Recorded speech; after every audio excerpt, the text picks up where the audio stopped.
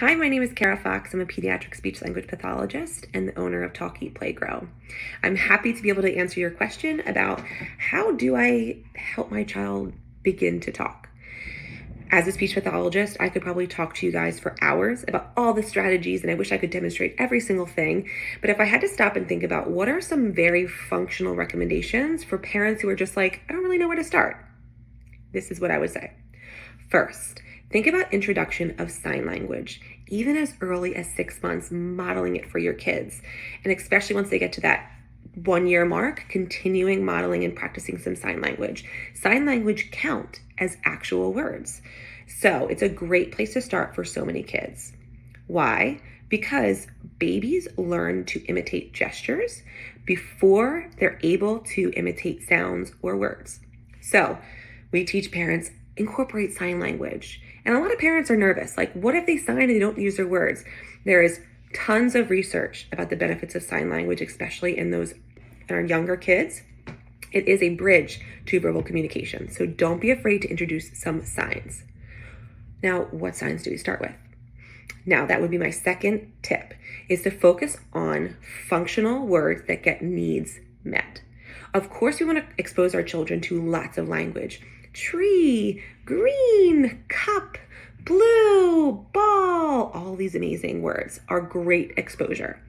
When we think about what words innately do children really want to say first, are words that get their needs met. So what would those be? More, and this is a sign, more. Eat, help, even please, or all done. Those are amazing words that get their needs met. Typically, they need help. Typically, they want something to eat. Maybe they want more of something that they can't really tell you exactly what it is, but using that sign, oh, you want more of the ball? Okay, let's do more. Then you toss them the ball. So we think about those functional words that get needs met. It's very motivating for children. And of course, you can incorporate some sign along with it. My third and final tip is to simplify our language when we're talking to our children. Often, we like to narrate everything that's happening, which is amazing and great exposure. So say I was playing with the blocks. I might narrate, oh, wow, it's your turn. Let's put the block on top. Okay, now it's mommy's turn. Uh-oh, the blocks are falling down. Wow.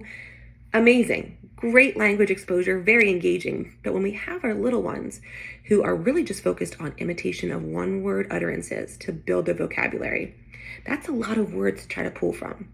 So when we think about, okay, if I'm going to start to play with them at this blocks, maybe I'll use this opportunity to simplify my language and use it as a language activity. So instead of using those long-winded sentences, I might simplify to meet their needs. So I might just use 1 and 2 word utterances. It would sound like this. Block, up, my turn, up, up, up, your turn, down, uh-oh, blocks down. Do you hear the difference? Now our children don't have to search for a word that is easy to imitate. We are simplifying our models and simplifying our language so that baby can listen, pick a word that works for them, and maybe start to imitate a little bit sooner. My fourth tip and final tip is using daily routines to work on language with your child.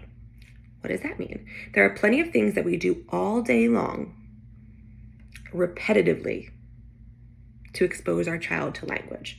That might be going up the stairs, going down the stairs, taking them out of their seats, taking them out of their crib, maybe changing their diaper. Things that happen repetitively on a routine basis is a great way to teach kids language.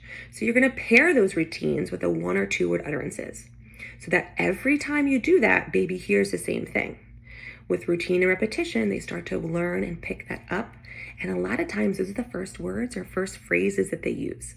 So for example, every time you go up the stairs, you're going to model up, up, up.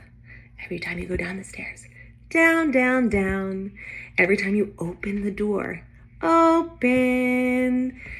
Something as simple as that.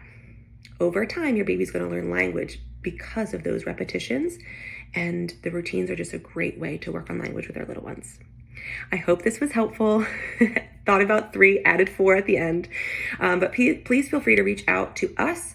We provide families with services in the Philadelphia area, and we'd be happy to help answer any questions via email or via our Instagram. Thanks so much.